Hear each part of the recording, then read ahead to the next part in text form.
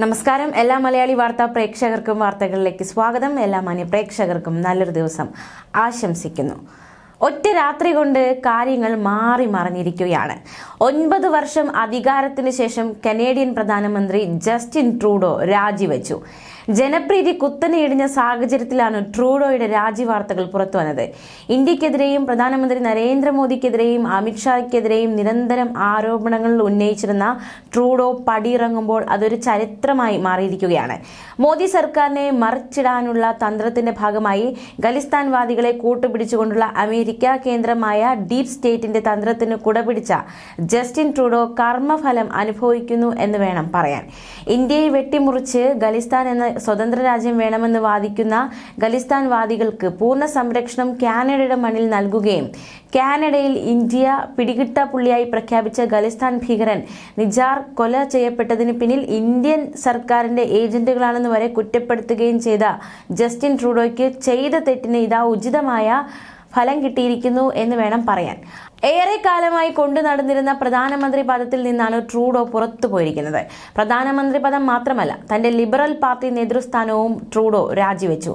കാരണം സ്വന്തം പാർട്ടിയിലും ട്രൂഡോയ്ക്ക് പിന്തുണ നഷ്ടമായി കഴിഞ്ഞിരിക്കുന്നു. കാനഡയുടെ മണ്ണിൽ ഹർദീപ് സിംഗ് നിജാർ എന്ന ഖലിസ്ഥാൻ ഭീകരനെ വധിക്കാൻ ഇന്ത്യൻ നയതന്ത്ര പ്രതിനിധികൾ വരെ കൂട്ടുനിന്നുവെന്ന ട്രൂഡോയുടെ ആരോപണത്തിനെതിരെ ഇന്ത്യ തെളിവുകൾ നിരത്തിയിരുന്നു.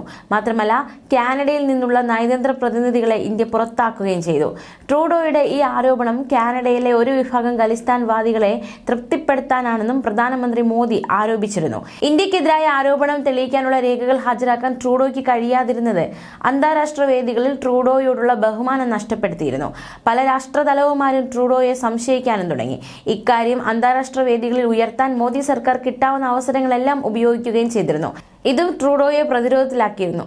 കാനഡയിലെ സാമ്പത്തിക പ്രതിസന്ധി, ഹൗസിംഗ് രംഗത്തെ പ്രതിസന്ധി, കത്തുന്ന ദേശീയ പ്രശ്നങ്ങൾ എന്നിവയിൽ നിന്നും ശ്രദ്ധ തിരിച്ചുവിടാനാണ് ഇന്ത്യക്കെതിരെ ട്രൂഡോ ആക്രമണം നടത്തുന്നതെന്നും കാനഡയിലെ പ്രതിപക്ഷ പാർട്ടികളും ട്രൂഡോയുടെ ലിബറൽ പാർട്ടിയിലെ അംഗങ്ങളും വിശ്വസിച്ചിരുന്നു. അവരെ വിശ്വാസത്തിലെടുക്കുന്നതിൽ മോദി വിജയിക്കുകയും ചെയ്തിരുന്നു. ട്രൂഡോ പുറത്തു പോകുന്നതോടെ ഇന്ത്യ കാനഡ നയതന്ത്ര ബന്ധം പൂത്തുലയുമെന്ന് കരുതാം. പുതിയ കാനേഡിയൻ സർക്കാരുമായി നല്ല ബന്ധം പുലർത്തി മോദി കാനഡയിലെ പുതിയ അവസരം പ്രയോജനപ്പെടുത്തിയേക്കാം. ജസ്റ്റിൻ ട്രൂഡോയുടെ പിന്നിൽ ഉറച്ചു നിന്നിരുന്ന ഖലിസ്ഥാനികൾക്ക് പിന്തുണ നൽകുന്ന കാനഡയിലെ സിഖുകാരുടെ രാഷ്ട്രീയ പാർട്ടിയായ ന്യൂ ഡെമോക്രാറ്റിക് പാർട്ടിയും ഏറ്റവും ഒടുവിൽ ട്രൂഡോയെ തള്ളിപ്പറഞ്ഞിരുന്നു.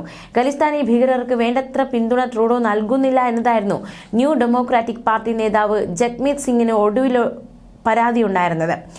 ജഗ്മീത് സിംഗിന്റെ പിന്തുണ നഷ്ടപ്പെട്ടതോടെ ജസ്റ്റിൻ ട്രൂഡോയുടെ പ്രധാനമന്ത്രി പദവിയിൽ നിന്നുള്ള വീഴ്ച ഏതാണ്ട് ഉറപ്പായിരുന്നു. നിജാർ എന്ന ഖലിസ്ഥാൻവാദി കാനഡയിൽ കൊല്ലപ്പെട്ടതിന്റെ പേരിൽ ഇന്ത്യ സർക്കാരിനെതിരെ ട്രൂഡോ കുറ്റപ്പെടുത്തൽ നടത്തിയത് ജഗ്മീത് സിംഗിന്റെ സമ്മർദ്ദം കാരണമാണ്. ജഗ്മീത് സിംഗ് എന്ത് ചെയ്താലും ട്രൂഡോ മൗനം പാലിക്കുന്നതിന് ഒരു കാരണമുണ്ട്. ട്രൂഡോയുടെ ലിബറൽ പാർട്ടിക്ക് 2023 തെരഞ്ഞെടുപ്പിന് ശേഷം ഭരിക്കാനുള്ള കേവല ഭൂരിപക്ഷം ഇല്ലായിരുന്നു. അത് ജഗ്മീത് സിംഗിന്റെ NDP നൽകി. അതോടെയാണ് ട്രൂഡോയ്ക്ക് പ്രധാനമന്ത്രി പദത്തിൽ ഇരിക്കാനായത്. ആ ഉപകാര സ്മരണയാണ് ട്രൂഡോ എപ്പോഴും പ്രകടിപ്പിച്ചിരുന്നത്.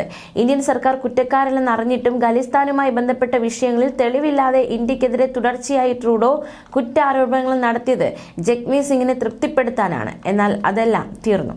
ന്യൂസ് ഡെസ്ക് മലയാളി വാർത്ത.